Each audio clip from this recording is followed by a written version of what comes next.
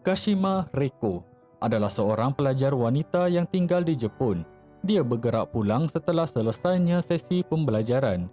Dia adalah seorang yang pemalu dan sering dijadikan bahan gurauan rakan sekelasnya yang sering prank Kashima. Dia berjalan menuju ke stesen kereta api untuk pulang ke rumahnya. Hari sudah pun lewat.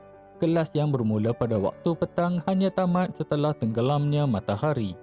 Kashima sudah biasa berjalan berseorangan setelah tamat sekolah dan hari ini terasa seperti hari-hari sebelumnya. Setibanya di stesen kereta api, dia membuat keputusan untuk berehat di lintasan pejalan kaki sambil melihat pemandangan waktu malam di Tokyo.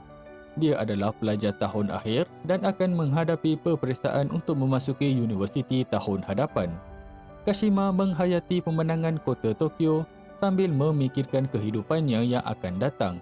Adakah dia akan menghadapi cabaran yang sama ataupun dia dapat membuat kawan baru demi kehidupan yang lebih ceria? Tanpa diketahui Kashima, rakan-rakan sekelasnya telah lama memerhatikan dia dari jauh.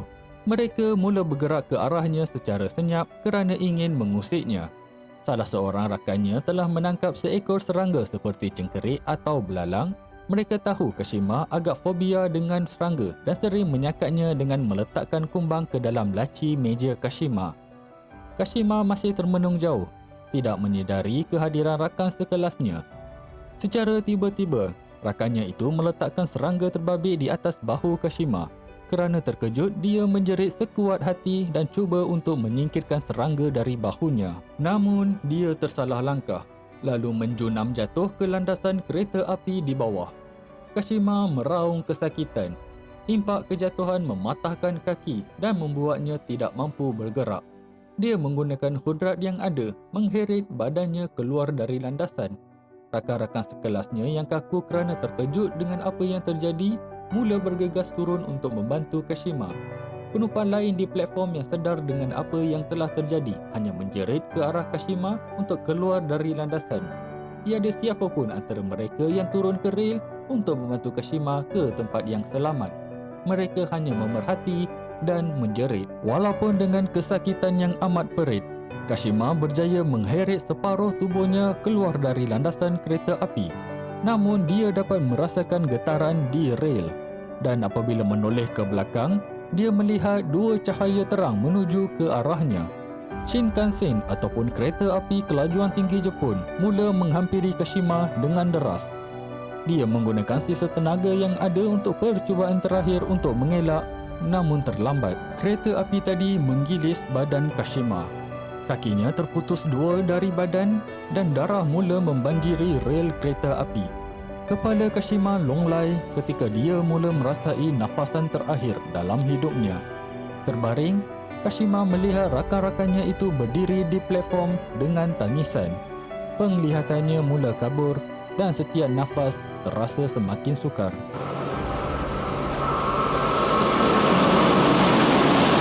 Assalamualaikum Sidang Shadowers. Selamat datang ke video saya hari ini di mana kita akan mengetahui satu legenda urban dari Jepun iaitu mengenai teke-teke. Sebelum bermula, sila berikan sokongan kepada channel saya dengan subscribe dan tinggalkan cadangan di bahagian komen. Kisah teke-teke sangat terkenal di Jepun dan sering diceritakan kepada generasi muda sebagai pengajaran dan menakutkan mereka supaya tidak merayau pada waktu malam ataupun bermain berhampiran landasan kereta api. Ini kerana, mengikut legenda, teke-teke sering menghantui stesen kereta api dan kawasan sekitarnya. Namanya diberi kerana bunyi yang dihasilkan oleh tulang belakangnya yang terdedah bergesil dengan konkrit ketika dia mengejar mangsa. Teke-teke bergerak menggunakan tangan kerana setelah mati digilis, badannya itu terputus dua. Jika ada yang terfikir mereka boleh melarikan diri kerana teke-teke hanya mampu bergerak menggunakan tangan, fikir semula. Teke-teke adalah entiti di luar norma manusia dan mempunyai kebolehan yang melangkaui manusia biasa. Ia mampu bergerak laju walaupun hanya menggunakan tangan. Malah, ada kisah mengatakannya memburu mangsa yang membawa kereta ataupun motor. Teke-teke tidak mempunyai motif dalam membunuh mangsa. Ianya hanyalah untuk melepaskan kemarahan kepada manusia sehingga menyebabkan dia kehilangan nyawa. Dia sering memilih mangsa yang jalan berseorangan di kawasan stesen kereta api dan akan menyerang lelaki ataupun wanita. Namun dia menyukai mangsa yang agak muda seperti pelajar sekolah.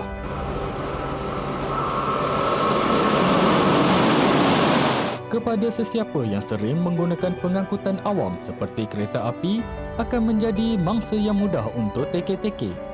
Ia memburu pada waktu malam, berhampiran stesen kereta api, sentiasa memerhati dalam gelap untuk mencari mangsa yang sesuai. Tidak seperti entiti lain, teke-teke memburu menggunakan senjata iaitu sebilah sabit panjang. Apabila terdapat mangsa yang sesuai, teke-teke akan mula mengejar mengharungi lorong gelap. Setelah hampir dengan mangsa, sabit yang dipegang akan dihayun laju seolah petir yang memancar. Hayunan itu bukanlah secara rawak. Teke-teke akan menghayun sabitnya itu di bahagian atas perut supaya badan mangsa akan terputus dua sama seperti keadaan dirinya. Menurut satu kisah popular, Erika, seorang pelajar perempuan yang baru pulang dari kelas malam. Dia bergerak menuju ke platform untuk menunggu kereta api. Ketika melalui jambatan pelintas kaki, Erika melihat seorang wanita duduk di lantai sambil melihat pemandangan kota raya.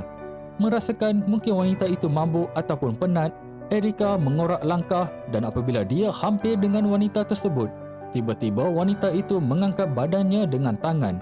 Wanita itu tidak mempunyai kaki dan tulang belakang dan organ perutnya jelas kelihatan. Erika teringat kisah mengenai teke-teke dan badannya kaku tidak mampu bergerak. Peluh mula menitis diikuti air mata kerana ketakutan. Erika cuba melarikan diri namun kakinya terasa kebas lalu jatuh rebah ke lantai.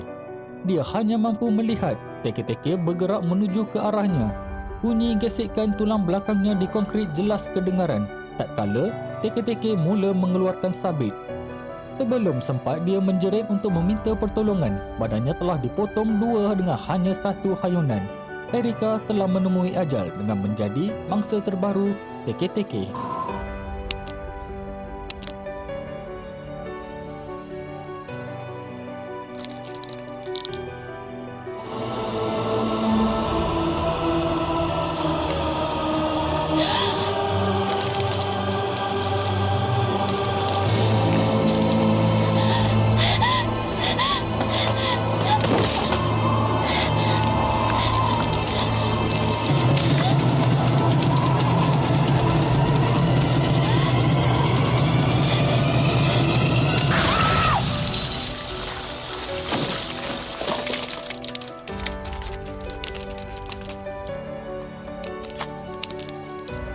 Dalam setengah versi, jika teke-teke bertanya di manakah kakinya, hanya ada satu jawapan yang betul, iaitu kaki awak ada di stesen mesin, iaitu tempat Kashima menemui ajal.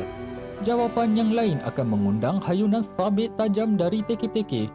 Setelah badan mangsa terputus dua, teke-teke juga dikatakan akan melarikan kaki mangsa seolah trofi untuk dimiliki. Terima kasih kerana menonton video ini sehingga tamat.